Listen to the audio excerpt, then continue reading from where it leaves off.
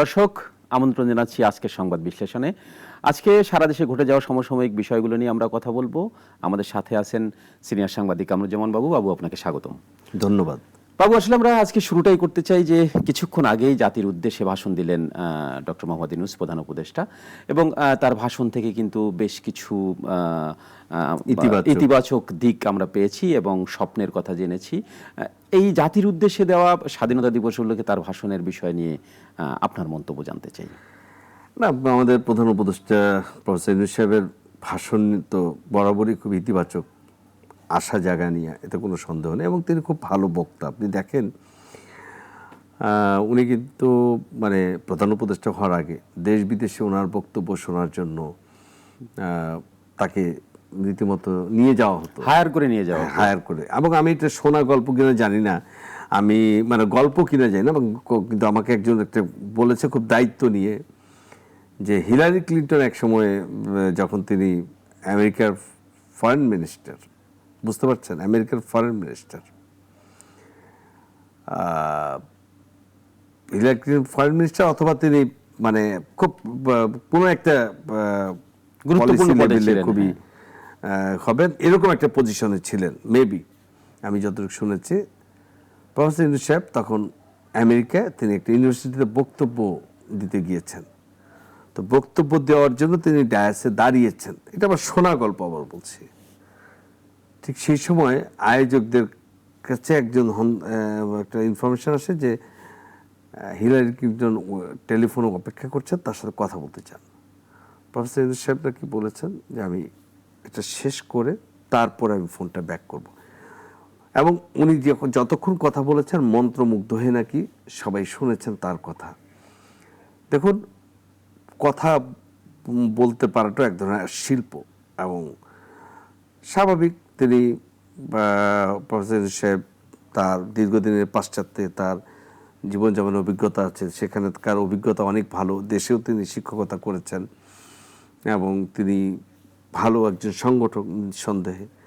তো এখন রাষ্ট্র চালানোর কাজে এসেছেন, রাষ্ট্র দায়িত্ব পরিচালনা করছেন, একটি দেশকে গণতন্ত্রের পথে তিনি টেনে তুলছেন। আমরা যে কোনো তেই বলি না কেন, কিন্তু স্বাধীনতা দিবসের আজকে তিনি আমাদের স্বাধীনতা পদক প্রদান করেছেন, এবং সেখানেও তিনি চমৎকার ইতিবাচক কথাগুলো বলেছেন। আমরা মনে করি যে এই ধারাবাহিকতা তিনি অব্যাহত রাখবেন, এটা আশা করতেই পারি। এখন একই সাথে তিনি আশা জাগিয়েছেন, মানুষকে ঐক্যের কথা বলেছেন। অতীতেও কিন্তু তার বক্তব্যগুলো তো ধারাবাহিকতা আছে। তিনি দেশকে আস্তে আস্তে নির্বাচনমুখীর দিকে নিয়ে এসেছেন প্রথম বক্তৃতার পর থেকে দেখেন, এবং নিশ্চয়ই সামনের দিনগুলোতে তিনি আবার আগামীকালকে চায়না যাচ্ছেন। আমরা সেই বিষয়টা আসছিলাম যে 26শে মার্চ স্বাধীনতা দিবসে প্রধান উপদেষ্টা চায়না সফরে যাচ্ছেন, এবং দ্বিপাক্ষিক একটা বড় সফর, এবং ধরা যায় প্রথমবারের মতোই তিনি চায়না সফরেই যাচ্ছেন, বড় একটা সম্মেলনে। এবং এখানে ভূরাজনৈতিক দিক থেকে যদি আমরা বিবেচনা করি, আমরা যদি চুক্তি স্বাক্ষরের দিকে বিবেচনা করি, তাহলে অনেক বড়, সবাই কিন্তু তাকিয়ে আছে। স্পেশালি যুক্তরাষ্ট্র এবং ভারত কিন্তু এই সফরটাকে খুব গুরুত্ব সহকারে বিবেচনা করছে বলে আমি জেনেছি। এই বিষয়টা নিয়ে আমরা একটু বিস্তারিত জানতে চাই। আসলে হয়েছে কি, দেখেন, মানে আমরা ভৌগোলিক দিক থেকে যেই জায়গাটায় আমাদের অবস্থান বাংলাদেশে, সেই জায়গায় হয় কি, মানে আমাদের 18-20 কোটি লোক, মানে নিশ্চয়ই আর একটু কম বেশি হতে পারে, সেখানে চীনের একটা বড় বাজার আমাদের দেশে। চীন আমাদের দেশ, মানে ভূরাজনৈতিক দিক দিয়েই বড় বাজার চীন, পাকিস্তান, ভারত মিলিয়ে। কিন্তু ভারত এর পরে আছে ভারত। আমেরিকার সাথে আমাদের সম্পর্কটা হচ্ছে অনেক নানা মাত্রিকের সম্পর্ক। আবার আপনি যদি দেখেন জাপান, আমাদের দেশে যে সবচেয়ে বড় অর্থনৈতিক যদি বলি, আমাদের অবকাঠামো উন্নয়ন, বিনিয়োগ, শিল্প বিনিয়োগ এবং সাহায্য, যে কোনো জাপান আমাদের প্রথম থেকে আমাদের অনেক বড় বিশ্বস্ত বন্ধু, আমরা জাপানের কাছ থেকে সহযোগিতা পাই। তো এখন চীন বড় একটা পার্ট হয়ে দাঁড়িয়েছে আমাদের জন্য। হয়েছে কি, আমাদের পূর্ববর্তী সরকার যে ক্ষমতায় ছিলেন শেখ হাসিনা সময়কালেও শেখ হাসিনা চীন সফর করেছে, এবং চীনের প্রেসিডেন্ট সর্বশেষ কিন্তু চীন সফরটা, আমি সেটাই বলছিলাম, চীনের প্রেসিডেন্ট বাংলাদেশে এসেছিল না। আমরা দেখেছি ওই সময় অনেক স্মারক চুক্তি হয়েছে, আমরা শুনেছি অনেক বিলিয়ন বিলিয়ন ডলারের কথা শুনেছি, আশার বাণী শুনেছি। এবং আমরা অনেকে প্রশ্ন করতো যে কিভাবে চীন এবং ভারত দুইজনকে একই সাথে একইভাবে ভারসাম্য রক্ষা করে একটি রাষ্ট্র পরিচালনা হচ্ছে। তো এখন সেই সরকার নেই, এখন ডক্টর মোহাম্মদ ইউনূস সাহেবের অন্তর্বর্তীকালীন তার নেতৃত্বে সরকার, তিনি যাচ্ছেন। আমি যদি বলি এখানে বড় পাওয়া হবে চীনের প্রেসিডেন্টের সাথে 28 তারিখে সম্ভবত একটা 28 তারিখে বৈঠক আছে। যদি এই বৈঠকটা হবে কিনা এটা নিয়ে অনেকে সন্দিহান ছিল, কারণ তিনি প্রথমে আসলে সরাসরি বেইজিং যাচ্ছেন না, তিনি চায়না যাচ্ছেন। 28 তারিখে উনি বেইজিং এ জি জিনপিংয়ের সাথে তার সাথে একটা বৈঠক হবে। এখন দেখেন, তাদের সাথে তো আমাদের অনেকগুলো চীনের সাথে চুক্তি আছে। আমি যতটুকু আমার ধারণা করতে পারি বা যতটুকু জানতে পেরেছি যে চীনের সাথে আমাদের যে ঋণ পরিশোধের যে সময়সূচি সেটি পেছানোর জন্য একটা আমাদের দিক থেকে সুপারিশ থাকবে। আরেকটা যতটুকু আমরা বুঝতে পারছি, সুদের মাত্রা যেভাবে সুদটা নেওয়া হয়েছিল বা সেটাকে বিবেচনায় আনা, একটু কমানো, সেই সঙ্গে হচ্ছে যত বছরের জন্য সুদ নেওয়া, এই লোনটা নেওয়া হয়েছিল, লোনের মানে কিস্তির পরিমাণ যেন আরো বৃদ্ধি পায়, যেন বাংলাদেশ সেই জায়গাটাতে একটু সহনশীলভাবে করতে পারে। তো আমরা যতটুকু জানি যে চীন কি হয়, চীন আসলে একটি সরকার, কোনো নির্দিষ্ট সরকারের সাথে তাদের বন্ধুত্ব থাকে না। চীন হচ্ছে প্রথমে ব্যবসায়ী প্রথমত, এবং চীন কখনো নিজে কোথাও উটকো ঝামেলায় জড়ায় না। যদি একটা কথা বলা হয় যে চীনের বন্ধুত্ব মানে নো ওয়ারেন্টি নো গ্যারান্টি, বন্ধুত্ব আছে চীনের যে কোনো প্রোডাক্ট ম্যাক্সিমাম বলে no warranty no guarantee, lakh ভালো হলো অনেকদিন যাবে, একদিন নাও যেতে পারে। কারণ আপনি দেখেন যে চীন শেষ 10-15-20 বছরে পৃথিবীর সবার সাথে তার অনেকের ভালো সম্পর্ক, নিজের পায়ে তার পায়ে কেউ পাড়া না দিলে সে কাউকে আঘাত করে না, কখনোই না, এবং সে কারো কাছে কিছু প্রত্যাশাও করে না, কারণ সে নিজে স্বয়ংসম্পূর্ণ।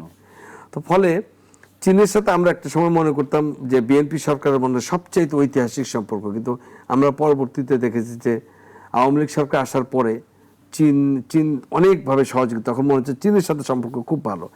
এখন পরে একটা সময় মনে হচ্ছে যে শেখ হাসিনা সরকার না থাকলে কি বাংলাদেশকে চীন সহযোগিতা করবে কিনা, কিন্তু আমরা দেখছি সহযোগিতার মাত্রা মোটেও কমেনি, বরং খুব অল্প সময়ের মধ্যেই চীনের প্রেসিডেন্টের একটা অ্যাপয়েন্টমেন্ট পাওয়াটা, এটা কিন্তু আমি মানে অনেক বড় ব্যাপার, ছোট করছি না, কিন্তু এইটা বাংলাদেশকে তো আমি বলবো তারা সম্মান জানিয়েছে, কারণ এরকম একটা সময়ে। তবে পররাষ্ট্র উপদেষ্টা গতকালকেই একটা ইঙ্গিত দিয়ে দিয়েছে দেশবাসীকে যে যেহেতু এটা অন্তর্বর্তী সরকার, সুতরাং বড় ধরনের দীর্ঘমেয়াদী কোনো চুক্তি এই সফরে হবে না, কিছু স্মারক চুক্তি হয়তো সই হতে পারে, এবং সেটার জন্য সুন্দর করে উনি ব্যাখ্যাটা দিয়েছে যে স্মারক চুক্তিগুলো সই হতে পারে, তাতে নির্বাচিত সরকার ক্ষমতায় আসলে সেই অনুযায়ী সেই ফরম্যাটে তারা এগোতে পারবে, ভালো একটা সম্পর্ক নিয়ে আসতে পারবে। তবে এর সাথে আমাদের কিছু মানে আশা রয়েছে, প্রত্যাশা রয়েছে, যেটা বাংলাদেশ সরকারের যে আমাদের যেগুলো বললাম যে লোনের কিস্তির পরিমাণ বাড়ানো, সুদ কমানো, এবং যেগুলো চুক্তি হয়ে আছে সেই টাকা যেন ছাড়া হয়। আপনার মনে আছে নিশ্চয়ই, আপনি নিজেই বলছিলেন যে পূর্ববর্তী সরকারের প্রধান শেখ হাসিনা যখন রাষ্ট্রপ্রধান ছিলেন, তার সর্বশেষ বিদেশ সফর ছিল চীন, এবং 2024 সালের জুলাই মাসে চীন সফর থেকে আসার পর আমরা কি এভাবে বলতে পারি না যে ফ্যাসিস্ট শেখ হাসিনা ঠিক যেখান থেকে সফরটা শেষ করেছে, ডক্টর মোহাম্মদ ইউনূস সেখান থেকে কিন্তু শুরুটা করছে, দ্বিপাক্ষিক এরকম বৈঠক এখনো পর্যন্ত করেন না, এরকম দ্বিপাক্ষিক বৈঠক করতে যায় না তিনি, কয়েকটি বিভিন্ন সম্মেলনে গিয়ে দেখা হয়েছে, বৈঠক হয়েছে, আনুষ্ঠানিকতা যেটা। হ্যাঁ, এখন যেটা হচ্ছে যে শেখ হাসিনা সরকার চীন সফর শেষ করে আসার পরেই যে সংবাদ সম্মেলন করলো, সেই সংবাদ সম্মেলন অনেকে বলে কফিনে তিনি শেষ প্যারেডটি ঠুকেছিলেন যে আমি কি কাকে চাকরি দিব, সাংবাদিকদের প্রশ্ন বলছেন আমি কি রাজাকারের নাতিপুতিকে চাকরি দিব, মানে যেভাবেই বলুক জিনিসটা পরে ওই দিনই রাতে স্লোগান উঠলো, তুমি কি আমি কে, রাজাকার রাজাকার, তুই রাজাকার তুই রাজাকার, হ্যাঁ কে বলেছে স্বৈরাচার, এই যে স্লোগানটা আসলো এটা প্রকম্পিত হলো। যদিও পর ওই দিনই তৎকালীন সরকারের পক্ষ থেকে বলা হয়েছে যে আমি সাধারণ ছাত্রছাত্রী কাউকে রাজাকার বলা হয়নি, এটা ভুল ব্যাখ্যা দেওয়া হয়েছে। যা হোক, আমরা সেদিকে যাব না। আমরা যেটা আসছিলাম যে প্রফেসর ইউনূসের বা বাংলাদেশের যে চীনের সফর, এটি আমেরিকা, ভারত, বা অন্য আমরা দেশটা এই কিভাবে বিষয়ে যে দেখছে? তারা নাকি ভীষণ তীক্ষ্ণ নজরদারিতেই এই সফরটাকে হ্যাঁ, দেখছেন, অবশ্যই। কিন্তু কেন সেটা এটা কারণ একটু আপনি দেখুন, ব্যাখ্যা করেন আপনার please। মনে আছে শেখ হাসিনার সরকার যখন সাবমেরিন নিল চীন থেকে, আপনার মনে আছে তখন ভারত থেকে ভারতের তৎকালীন প্রতিরক্ষা মন্ত্রী তিনি কিন্তু মানে একদিনের নোটিশে চলে এসেছিলেন এখানে, এবং তিনি এসে বললেন যে তারা বাংলাদেশকে সামরিক যত সরঞ্জাম আছে তারা এটা দিতে প্রস্তুত, তারা দিতে চায়। বাংলাদেশ কিন্তু একটা জিনিস হচ্ছে, যেমন আমরা দেখেন আমাদের আসলে সমরনীতি কি আমরা এখনো পরিষ্কার জানি না। যা এক এক সময় এক এক সরকার আছেন, যেমন আমাদের আকাশ প্রতিরক্ষা হচ্ছে বেশিরভাগ হচ্ছে রাশা নির্ভর MiG-29। আপনি যদি দেখেন, আপনি দেখবেন আমাদের যে অস্ত্র যেগুলো আমাদের সামরিক বাহিনীতে যে ধরনের অস্ত্র ব্যবহার করে, এখানে চাইনিজ অস্ত্র রয়েছে, এখানে আমেরিকান অস্ত্র রয়েছে, এখানে টার্কিশ অস্ত্র রয়েছে, রাশিয়ান রয়েছে। ফলে আমাদের আসলে সকলের সাথে, এবং এখানে ইন্ডিয়ান বেশ কিছু ইন্ডিয়ান অস্ত্র রয়েছে আমাদের নিশ্চয়ই, কারণ ইন্ডিয়ার সাথেও এক ধরনের দীর্ঘদিনের অস্ত্র বলতে শুধু আমি কিন্তু আমি বলছি না, একটা সামরিক বাহিনী বা সমরনীতিতে ট্রান্সপোর্ট থাকে এবং আদার্স অবকাঠামো, আদার্স যেই যা যা লাগে সব কিছু কিন্তু বিভিন্ন দেশ থেকে আমরা নিয়ে থাকি। আমরা ইউরোপের দেশগুলোর সাথেও রয়েছে আমাদের। কিছুদিন আগে আমরা শুনছি রাফাল কিনতে পারি আমরা।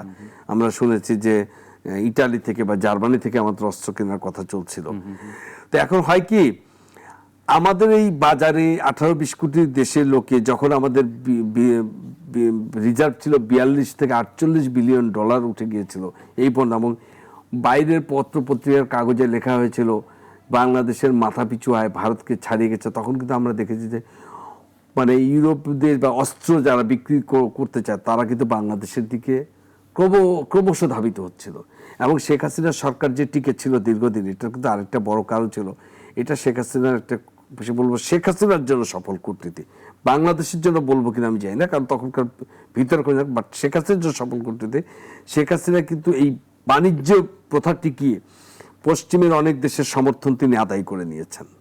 এবং আপনার মনে আছে চায় কিনা জানি না, শেখ হাসিনা সরকার নির্বাচনটা 24-এর নির্বাচন করার আগে তিনি ফ্রান্স G20 শীর্ষ সম্মেলন হলো ভারতে, সেখানে মোদির বদান্যতায় মোদির সহায়তায় তিনি সেখানে আমন্ত্রণ পেলেন, এবং তিনি জো বাইডেন থেকে শুরু করে তাবৎ বিশ্ব নেতাদের সাথে তিনি সাইড লাইনে কথা বললেন, বৈঠক করলেন, এবং করার পরে কিন্তু তিনি এক ধরনের তার যে রাজনীতির অবস্থানটা তিনি বুঝালেন, এবং ফ্রান্সের প্রেসিডেন্ট মাখোকে তিনি ঢাকায় নিয়ে আসলেন, উষ্ণ অভ্যর্থনা জানালেন, এবং তাকে বিদায় করার পরেই তিনি ছুটলেন ইউরোপে ছুটে তিনি ইউরোপে $450 মিলিয়ন একটা স্মারক চুক্তি ঋণ, সেই ঋণটা আমরা পেয়েছিলাম কিনা জানি না, ইউরো 450 মিলিয়ন ইউরোর একটা এরকম একটা ঋণ চুক্তি হয়েছিল, একজ্যাক্ট আমার মনে পড়ছে না। এবং তিনি ইটালির যে প্রধানমন্ত্রী এবং রাষ্ট্রপ্রধান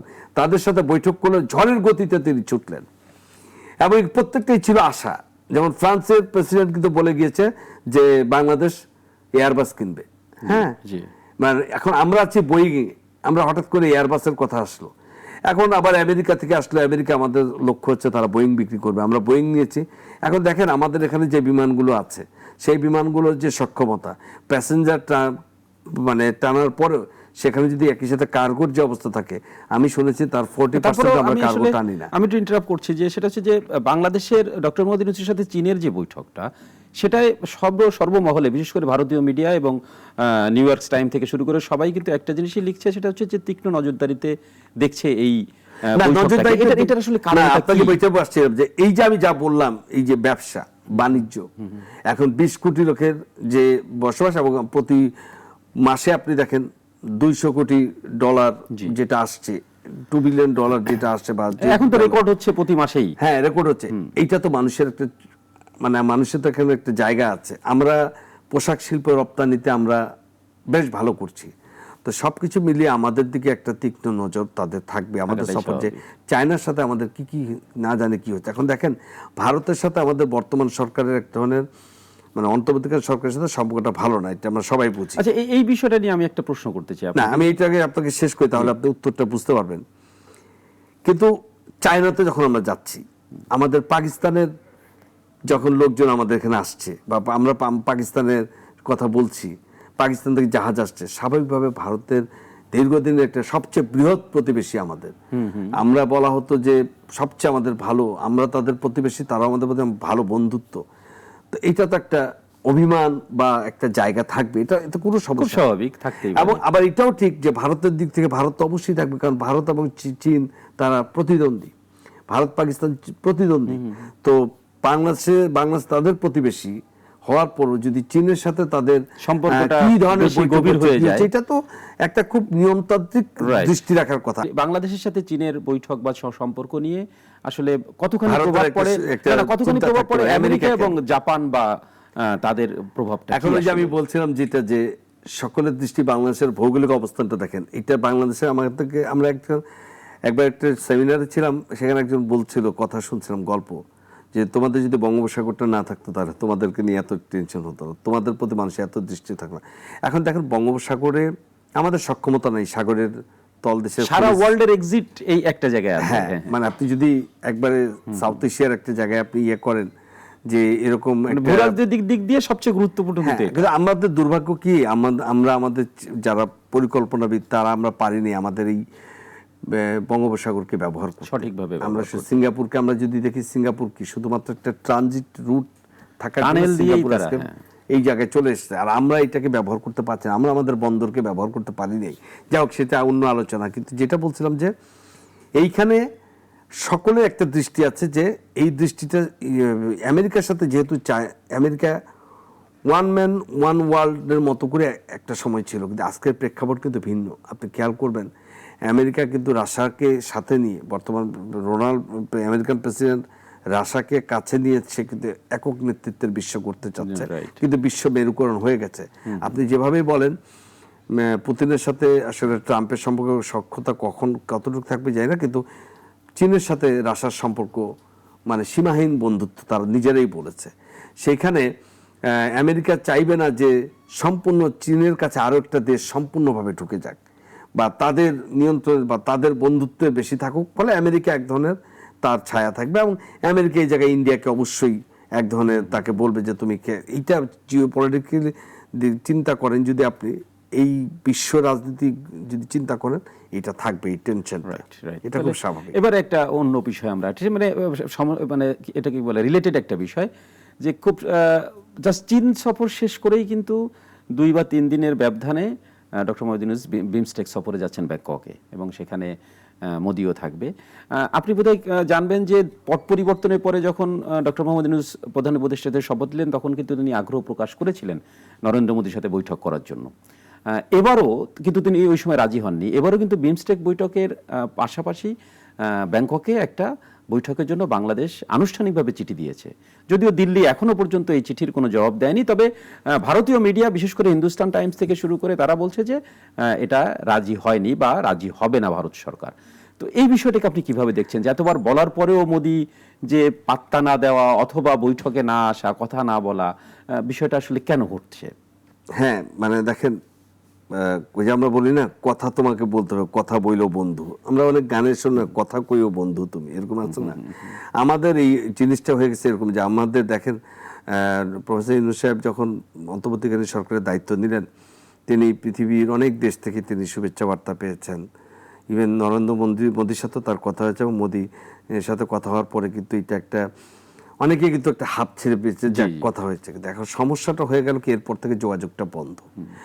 আমি যতটুকু জানি যে প্রফেসর ইউনূস সাহেব তাকে ফোন করেছিলেন, মোদির সাথে যখন কথা হয়েছে, এক ধরনের ভালো পরস্পরের যোগাযোগটা, ফরম্যাট কথা যেটা হয় সেটা। কিন্তু এরপরে আমি আপনার বাসায় দাওয়াতে যেতে চাই, আপনি যদি সেই দাওয়াতে আমাকে আমন্ত্রণ না জানান, তাহলে কি হবে? আমি হয়তো যাইতে চাচ্ছি, এটা আপনি ভাবছেন যে আমি বারবার উপযাচক হয়ে যেতে চাচ্ছি, কিন্তু আপনি যদি আমাকে আপনার বাড়িতে দাওয়াতে নিমন্ত্রণে না নেন, না এলাও করেন, তাহলে আমি যেতে পারবো না, তাই না? খুব স্বাভাবিক।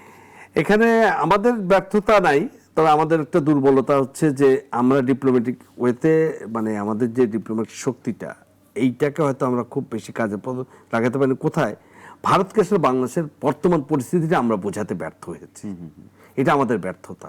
আর আমাদের একটা বড় ভুল হয়েছে, এটা আমাকে অনেকে গালমন্দ করতে পারেন, ভুলটা হচ্ছে বাংলাদেশের যে ঘটনায় ভারতকে সব পুরো একতরফা দোষারোপ আমরা করে গেলাম, এবং আমরা ভারতের সাথে বসতে চাচ্ছি, কিন্তু আমি সরকার আমারই একটা পার্ট যদি আবার প্রতিদিন সকাল বিকাল উঠে ভারতকে নিয়ে গালমন্দ করে, ভারতের মানচিত্র নিয়ে কথা বলে, মানচিত্র বদলাতে চায়, যেটা ভারত কোট করেছে, হিন্দুস্তান টাইমস এই প্রবণতাটা কিন্তু আসলে ভারতীয় মিডিয়া যখন বাংলাদেশকে নিয়ে অতিরঞ্জিত ছড়ানো শুরু করলো তখন আমাদের এটা করতে হলো।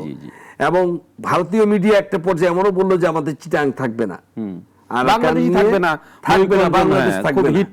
এখন মনে করেন এমন সংলাপ হয়ে গেল, এখন যে কোনো বিজ্ঞাপনে বলছে থাকবে না, মশা থাকবে না। আপনি বুঝেন কি অবস্থাটা হয়েছে। তা আমি বলছি যে আমাদের ডিপ্লোমেট যে ব্যর্থতা ঘটনার পরপরই, এখন যদি আমি আপনাকে জিজ্ঞেস করি, শেখ হাসিনা যে ভারতে প্রথম গেল এখান থেকে, তাকে যে হেলিকপ্টার পাঠানো, উনি কি হিসেবে গেছেন? আমাদের এটা তো ডিপ্লোমেট কিন্তু লেখা থাকতে হবে, উনি কি হিসেবে গেছেন ভারতে? উনি কি as a prime minister Bangladesh থেকে গিয়েছিলেন? এই বিষয়টা নিয়ে তো আগেই তারা ব্যাখ্যা দিয়েছে যে আমরা তাদেরকে নিয়ে আসি। আমি জিজ্ঞেস করি, ইভেন আমাদের বাংলাদেশ সরকার তো নথিতে লেখা থাকে, আপনার বাড়িতে যখন কেউ আসে বা যায়, আপনার অ্যাপার্টমেন্টে উনি যেহেতু পালিয়ে গিয়েছে সেহেতু বাংলাদেশের নীতিতে কিছু থাকবে না, কিন্তু উনি তো পালিয়ে গিয়েছে। হ্যাঁ, আর ভারত ব্যাখ্যাই দিয়েছে যে আমরা তাকে ডেকে আনিনি, দাওয়াত দিয়েও আনিনি। ঠিক আছে, সে উনি আমাদের কাছে আশ্রয় চেয়েছে, সাময়িক সময়ের জন্য আশ্রয় চেয়েছে। আমার দেশের রেজিস্টার বইয়ে কি লেখা আছে? আমাদের দেশের রেজিস্টার বইয়ে কি লেখা আছে? কারণ পালিয়ে তো রেকর্ড থাকতে হবে, পালিয়ে যাওয়াটাই লেখা থাকা কথা। আচ্ছা, যদি পালিয়ে যাওয়া লেখা থাকে, জনরোষে ক্ষমতা ত্যাগ করে পালিয়ে গেছে। এখন আমি প্রশ্নে আসছি, তাহলে আমি সেখানে আশ্রয় নিলাম। এরপর থেকে আমার ডিপ্লোমেট যে শক্তিটা ছিল, আমি তো মোটামুটি তাবৎ ইউরোপকে নিয়ে বলতে পেরেছি, বুঝাতে পেরেছি, আমার সরকার পেরেছে, আমেরিকাকে পেরেছে, অস্ট্রেলিয়াকে পেরেছে, চায়নাকে পেরেছে, মধ্যপ্রাচ্যকে পারলো। আমার একটি প্রশ্ন যে কেন ওর ভাই তিন দিকে যে দেশ ঘিরে আছে, আমি তাকে কেন বোঝাতে পারলাম না? সে বুঝতে চায় না, আমি মেনে নিলাম, ঠিক আছে। এখন দেখেন, আমি বলবো আমাদের প্রধান উপদেষ্টা অনেক, মানে যা কিছু হোক, তারপরও তিনি বড় মনের পরিচয় দিয়েছেন। আমার ডিপ্লোমেট ফেল করছে, আমার ডিপ্লোমেসি পারে নাই। অনেকে বলবে যে পারবে কিভাবে, 15 বছরে যত ফরেন মিনিস্ট্রিতে কর্মকর্তা নিয়োগ হয়েছে সব তো আওয়ামী লীগ তারা করে নেই, যুক্তি আছে, সেই যুক্তি মানে সবকিছু মিলিয়ে প্রফেসর ইউনূস সাহেব তিনি নিজে ব্যক্তিগতভাবেও চেয়েছেন নিশ্চয়ই, এবং দুই রাষ্ট্রের কল্যাণ হবে। কারণ তবে বাবু, একটা বিষয় তো আপনাকে মানতে হবে যে শেখ হাসিনা 5 আগস্টের পরে ওখানে পৌঁছানোর পর থেকে এখনো পর্যন্ত আনুষ্ঠানিকভাবে মোদী সরকার বা দিল্লি একটা শব্দ কিন্তু এই বিষয়ে খরচ করেন। আপনাকে শুধু বলেছে যে উনি আশ্রয় নিয়েছে। একটা জিনিস বুঝতে হবে যে ভারতেও কিন্তু বাংলাদেশের মতো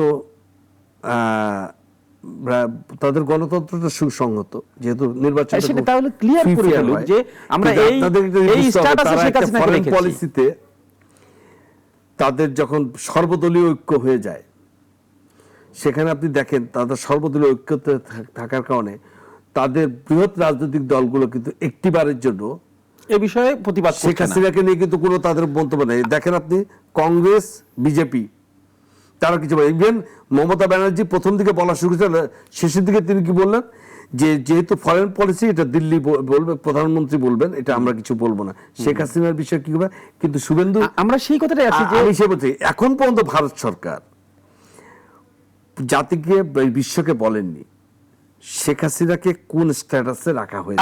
আমি এই কথাটাই বলতে চাচ্ছি যে এটা বলে দিলে তো ক্লিয়ার হয়ে যায়। যখন তারা বলছে না, এটা তাদের নিশ্চয়ই পলিসি আছে, এটা তো আমরা বলতে পারছি না। আমরা এখান থেকে কেন বলছেন, 8 মাসেও সেই পলিসিটা পরিবর্তন। আপনার কি মনে হয় আমাদের মতো ভারতের মিডিয়া, তাদের কিন্তু মনে প্রশ্ন আছে, তারা কিন্তু প্রত্যেক ইয়েতেই কিন্তু তাদের ফরেন মিনিস্টার যে প্রেস কনফারেন্স হয় সাউথ ব্লকের, সেখানে কিন্তু প্রত্যেকবারই জিজ্ঞেস করা হয়। তারা কিন্তু একটা সময় বলে যে তিনি স্বল্প সময়ের জন্য এসেছিলেন, তিনি যতদিন প্রতি মুহূর্তে একটা প্রশ্নের শিকার হচ্ছেন, কথা কিন্তু আর কিছু বলছে না। এখন শেখ হাসিনার অবস্থান যেমন এটার জন্য এখন ধর মোদির সাথে ডক্টর মোদি ইউনূসের বৈঠক হওয়া না হওয়ার পিছনে আমি যতটুকু শুনেছি যে আরও একটু মাঝখানে সমস্যা হয়েছে। ইসকনের যে ঘটনাটা চিরাঙে যখন তাকে অ্যারেস্ট করা হলো, ভারত সরকার চেয়েছিল যে তাকে যেন গ্রেপ্তার না করা হয়, কিন্তু আমাদের আইন তো আমাদের পথে চলবে, আমাদের আইনের নিয়মে কেন জামিন পায়নি এটা নিশ্চয়ই, এটা যেহেতু সাবজুডিস একটা ইস্যু, মানে এটার বিচারাধীন ইস্যু, এটা নিয়ে কথা বলা উচিত না, কিন্তু এটা নিয়েও তাদেরকে অনেকটা তারা মনে করছে যে আমি এই বিষয়টিকে তারা হিন্দুদের উপরে আক্রমণ দেখাচ্ছে, তারা মনে করছে তাদের ন্যারেটিভটা এরকমভাবে তারা তৈরি করছে যে সেই দেশে আমাদের গোত্রীয় ভাই বোনেরা নির্যাতিত, নিপীড়িত, লাঞ্ছিত, সেখানে আমরা সেই দেশের শাসক কোনো অনির্বাচিত সরকারের সাথে আমরা বসবো না, এটা হচ্ছে তাদের বক্তব্য যদি ইন্ডিয়ান গণমাধ্যমগুলো আমি মানে বিশ্লেষণ করি। কিন্তু ভাই আমাদের দেশে বাস্তব পরিস্থিতি কি সেরকম?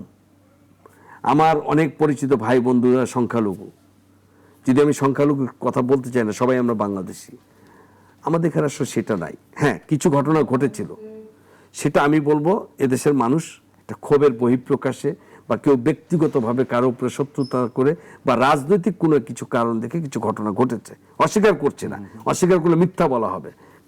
বিভিন্ন প্রত্যন্ত অঞ্চল হয়েছে, বাড়িঘরে হামলা হয়েছে, কিন্তু সেটা তো এখন চলমান নাই না, সেটা থেমে গেছে। আপনি এখন বলেন, আচ্ছা তাহলে ভাই একটা কথা বলি, আমাদের দেশে যে এতগুলো ধর্ষণ ঘটনা ঘটছে, আপনি কি বলতে পারেন মুসলমান মেয়েরা ধর্ষিত হচ্ছে না? হচ্ছে, সেখানে হিন্দু মেয়েরা ধর্ষিত হচ্ছে, মাদ্রাসার ভিতরে বা মসজিদের ভিতরে মুসলমানদের মুসলমান।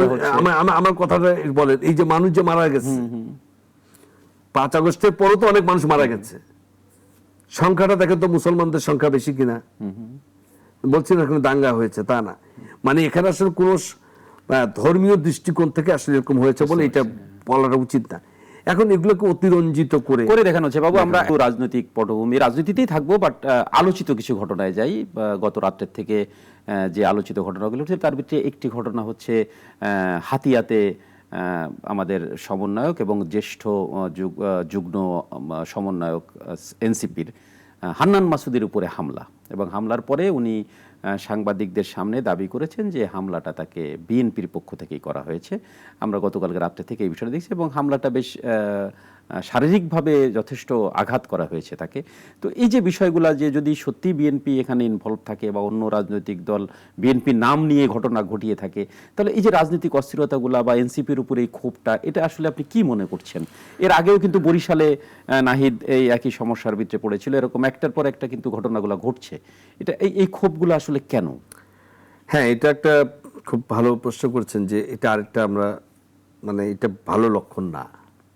বিশেষ করে 5 আগস্ট পরবর্তী যে নতুন বন্দোবস্ত, নতুন রাজনীতির কথা আমরা বলছি, তার মধ্যে এই দৃশ্যগুলো খুবই বেমানান।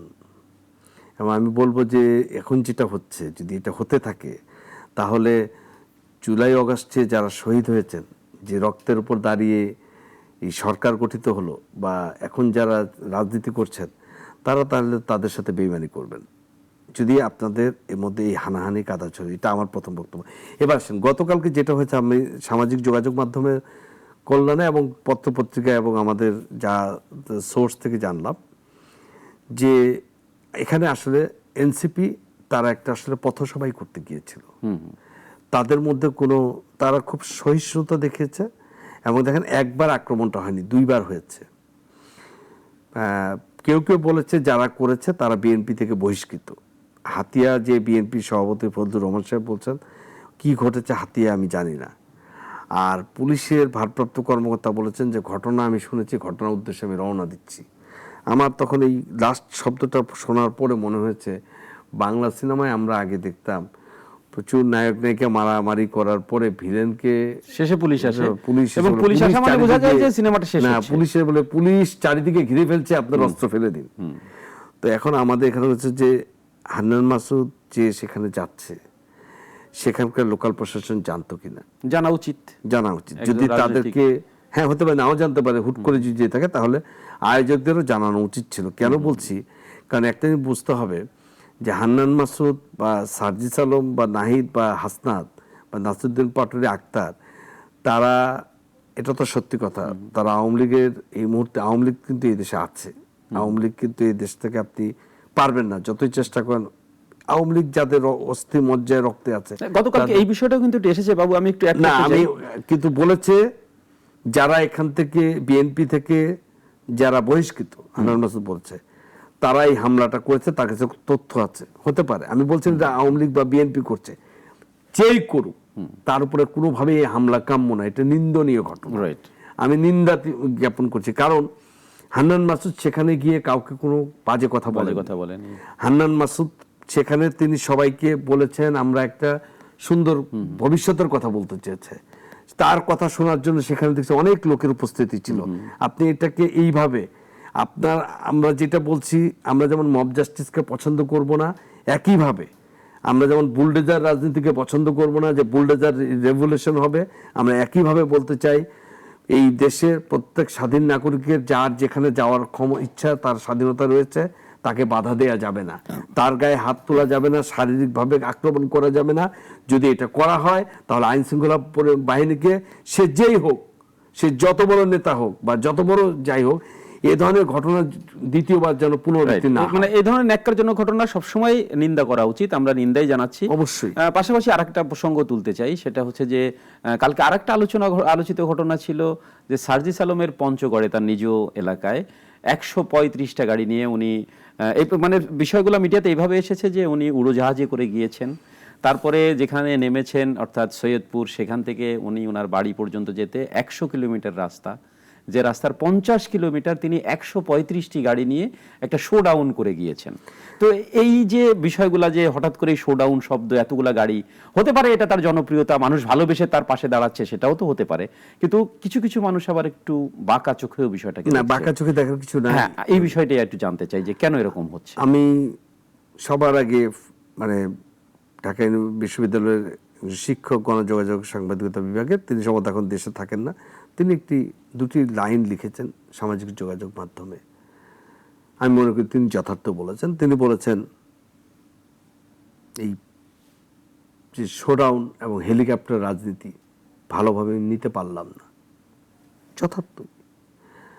তাহলে বদলাইল কি ভাই? আপনি মনে আছে যে আগে যারা ক্ষমতায় থাকতেন তাদের নেতারা যখন এলাকায় যেতেন, যাওয়ার সময় 200, 300, 500 মোটরসাইকেলের বহর প্যাঁপু প্যাঁপু ভুবজেলাবাসীর মতো আওয়াজ দিয়ে পুরো মানে পুরো এলাকায় বলে না, পুরো অঞ্চলটাকে একটা আওয়াজ আসছে, নেতা আসছে, সেই যে সেটা আমরা সাধারণ মানুষ ভালোভাবে নেয় না।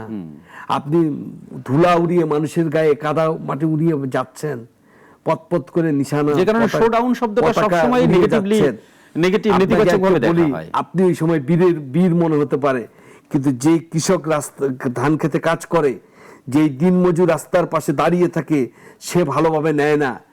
আজকে আমরা খুবই সত্যি কথা বলি, আমরা আমাদের তরুণ ছাত্র নেতৃবৃন্দের কাছে আশা করেছিলাম, তারা বলেছিলেন আমরা নতুন রাজনীতির বন্দোবস্ত করব।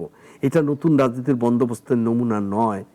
আমাদের তরুণ বন্ধুদেরকে আমরা এটা বলতে চাই যে আপনারা তরুণ বানিয়ে রাজনীতি করার দরকার নেই।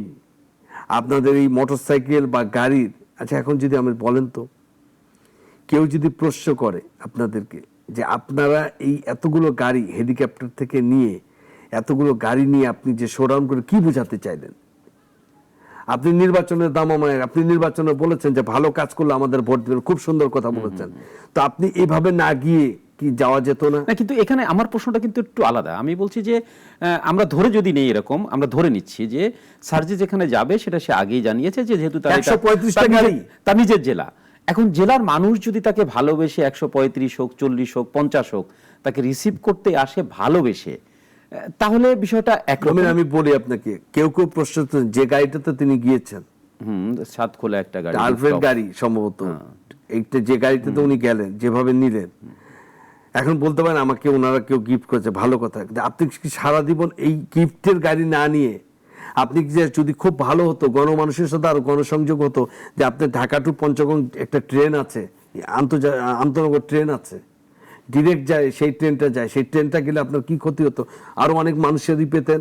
প্রথমে আমরা দেখতাম না, আগের দিন আমরা বেগম জিয়াকে কি দেখেছি, আগের দিনে সেখানে ট্রেন মার্চ করতেন। কিছুদিন আগে বোধহয় আপনার মনে আছে একটা শব্দ খুব আলোচিত হচ্ছিল যে বর্তমান প্রজন্মের মানুষজন খাল খনন কর্মসূচি উদ্বোধন করতে যাচ্ছে রেড কার্পেট বিছিয়ে তারপরে আর জিয়াউর রহমান নিজেই প্যান্ট পরে কাদায় তারপরে তিনি নেমে যেতেন। আমার পার্থক্যটা হচ্ছে এই জায়গায়। তো আমি যেটা বলতে চাই যে আমার মনে হয় কি এনসিপি যে আশার আলো আমাদের মাঝে তৈরি করেছে, যে সুন্দর, আপনি কিন্তু একটা স্বীকার করবেন, হাসনাত, সার্জিস, হান্নান মাসুদ, আক্তার, নাসিরুদ্দিন পাটোয়ারি, সামান্তা, নুসরাত সত্যি মেধাবী ভাই।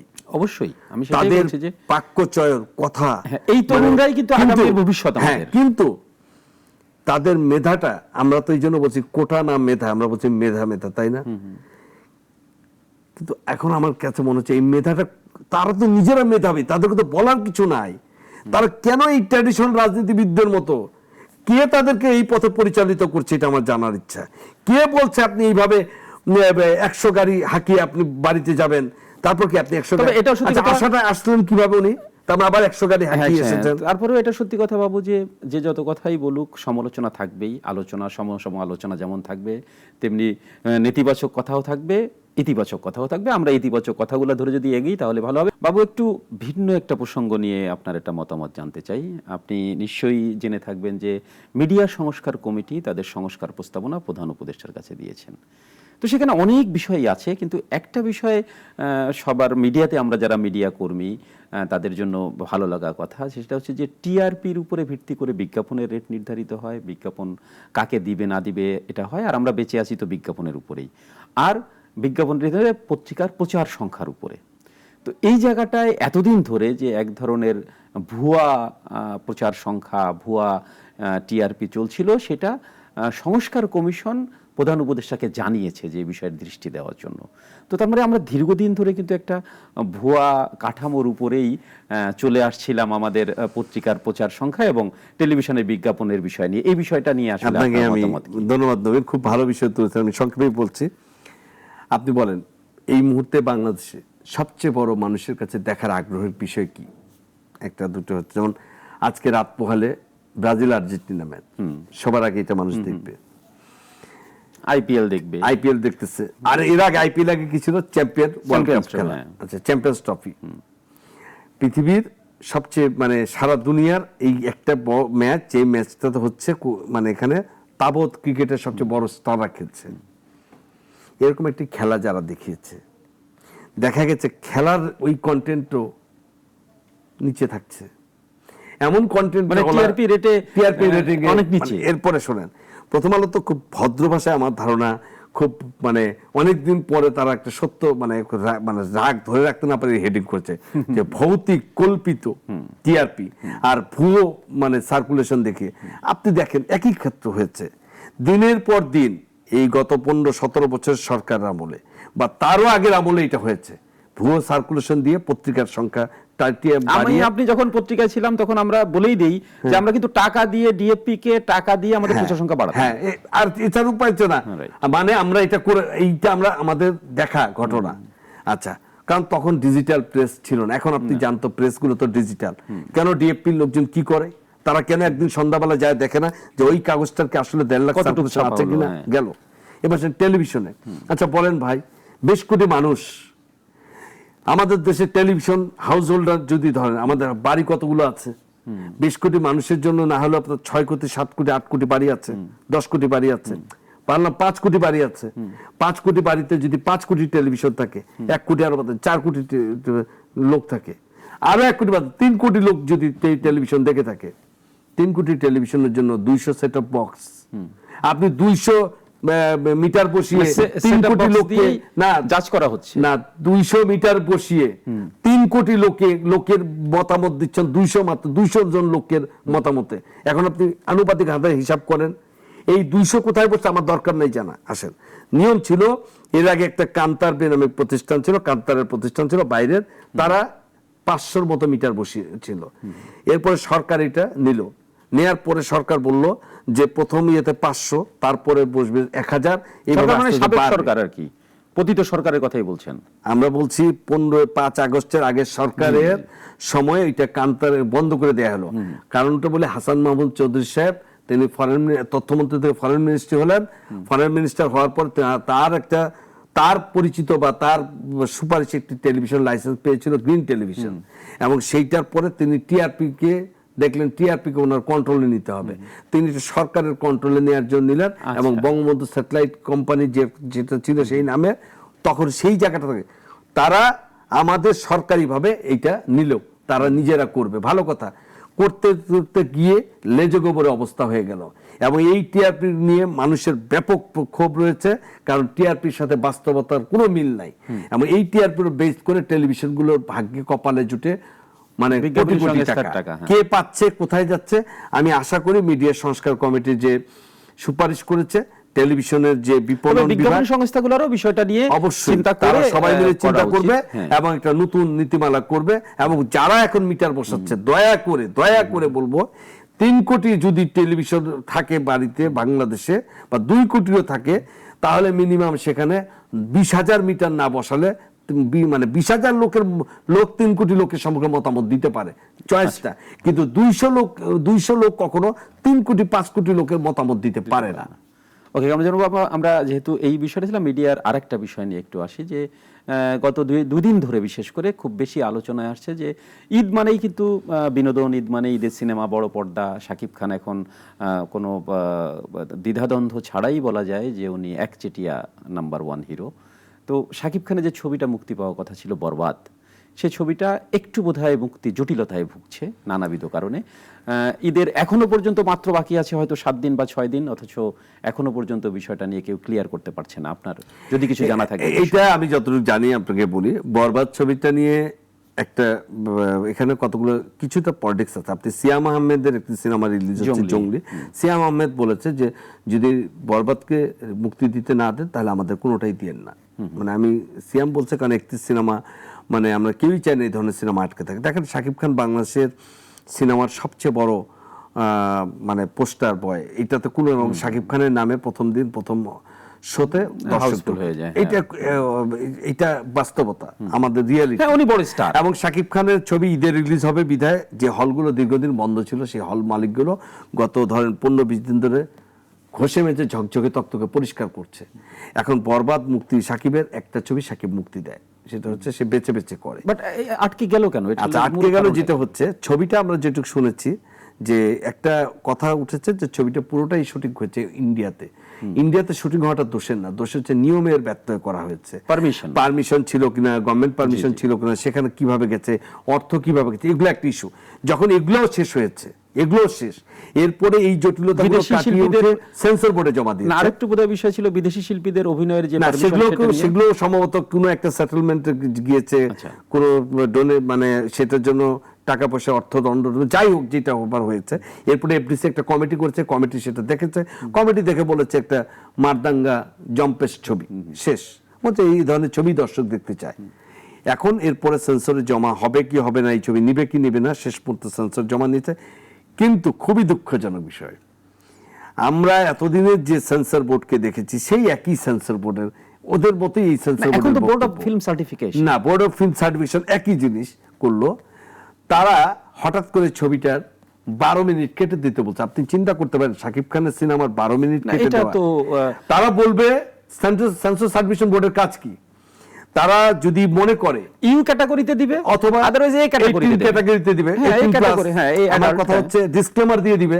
আমার অনেকগুলো অপশন আছে, কারণ আমি আমার ঘরে বসে নেটফ্লিক্স দেখি না, দেখছি আমার নেটফ্লিক্সে কি হয়, আগের অ্যানিমেল ছবি যেটা না যখন কি হয় কোন ধরনের দৃশ্য আসে, এখন কিন্তু আরো আধুনিক হয়েছে, আমরা কোন ধরনের ভায়োলেন্সের দৃশ্য আসলে বলে দেয়া হয় এখন এরপর একটি ভায়োলেন্সের দৃশ্য আসবে, নিচে টেলো পড়ে, অনেক সময় বাচ্চারা সরে যায়, বাচ্চাদেরকে সরিয়ে দেয়, বা এটা ফরওয়ার্ড করার সিস্টেম আছে, ওয়ার্নিং সহজ। আমার কথা হচ্ছে, আমি এই যুগে আমি 12 মিনিট দৃশ্য যদি শাকিব খানের ছবি থেকে কেটে দিই, আপনাদের যারা বসে কাটলেন, আপনারা কি একবার মনে করেছেন যে এই 12 মিনিটের দৃশ্য শাকিব খানকে নিয়ে করতে একজন প্রযোজকের কত টাকা লগ্নি করতে হয়েছে, বা এই সিনেমাটাতে কি থাকবে? গল্পের একটা বড় পার্ট তো এটা। হ্যাঁ, খুবই দুঃখজনক অবস্থাটা কি জানেন, যে আমরা যখন যে লঙ্কায় যাচ্ছি, যে মানে লঙ্কায় যাই সেই যদি রাবণ হই, খুব মুশকিল। কারণ এই সেন্সর বোর্ডের প্রতি আমাদের এক ধরনের আঘাত ছিল যে পূর্ববর্তী সেন্সর বোর্ডটা বলবে না এত ব্লাড দেখানো যাবে না, বলবে না রিভলভার শো করা যাবে না, বলবে না যে এই পুলিশকে পুলিশ বলে আসলে গালি দেওয়া যাবে না। বাবু, আমি পুরনো একটা কথা একটু আপনাকে মনে করে দিন। আমরা যখন সাংবাদিকতা করতাম তখন কিন্তু এই বিষয়গুলো খুব বড়ভাবে আমরা নিজেরাই আলোচনা করতাম যে আপনি সৃষ্টিশীল একজন মানুষ, আপনি একটা সিনেমা তৈরি করেছেন আপনার দৃষ্টিকোণ থেকে, আমার কিন্তু কোনো রাইট নেই এটা বলার যে এটা ফেলে দেন ওটা করে দেন। আমি আপনার সিনেমাটাকে সর্বোচ্চ বিচার বিশ্লেষণ করে যে কোনো একটা ক্যাটাগরিতে বলতে পারি যে এটা আপনি অ্যাডাল্ট ক্যাটাগরিতে চলে যান, অর্থাৎ এ ক্যাটাগরি, অথবা ইউ ক্যাটাগরি, ইউনিভার্সাল ক্যাটাগরিতে চলে যান। এটাই হচ্ছে এখন দর্শক দেখবে কি দেখবে না সেটা সেটা দর্শকের ব্যাপার, কিন্তু আমি কেন আপনি গিয়ে বলা যে কাঠি আপনি চালানোর কেটে দেন? কেন হাউ মানে এটা কি এটাই কারণে বলছি যে সম্ভব? রাজনৈতিক দলের সরকারের সময় আমরা এরকম দেখেছি, বিগত বিভিন্ন রাজনৈতিক সরকারের। এবার আরেকটি অভিজ্ঞতা হলো যে এটা দুঃখ, আশা করি সেই নির্মাতা আবেদন করেছেন, আশা করি সরকারের যারা যথাযথ কর্তৃপক্ষ আছেন তারা বিষয়টা বিবেচনা করুন। সবচেয়ে বড় কথা, বরবাদ যদি মুক্তি না পায়, আমি সেটা শুনছি শাকিব খানের ৩-৪ বছর আগের একটি যে ছবিটি মুক্তি পায়নি, অন্তরাত্মা ছবিটা মুক্তি দেবে, মুক্তি পাক সমস্যা নাই, কিন্তু এই ছবি এমনও আবার কেউ কেউ বলছে, আমি সত্যি মিথ্যা বলতে পারবো না, যে অন্তরাত্মাকে মুক্তি দেওয়ার জন্য এই ছবিটাকে আটকানোর একটা চেষ্টা করা হচ্ছে। তারপরে বাবু আমরা চলচ্চিত্র শিল্পের স্বার্থেই প্রত্যাশা করছি যে বরবাদ কোনো ঝুঁকি ঝামেলা ছাড়াই মুক্তি পাক এবং দর্শক ছবিটাকে উপভোগ করুক। আজকে আমরা এই পর্যন্তই। প্রিয় দর্শক, আপনারা দেখছিলেন সংবাদ বিশ্লেষণ। আজকে এই পর্যন্তই, দেখা হবে আবারও আগামীকাল। সেই পর্যন্ত আমাদের সঙ্গেই থাকুন।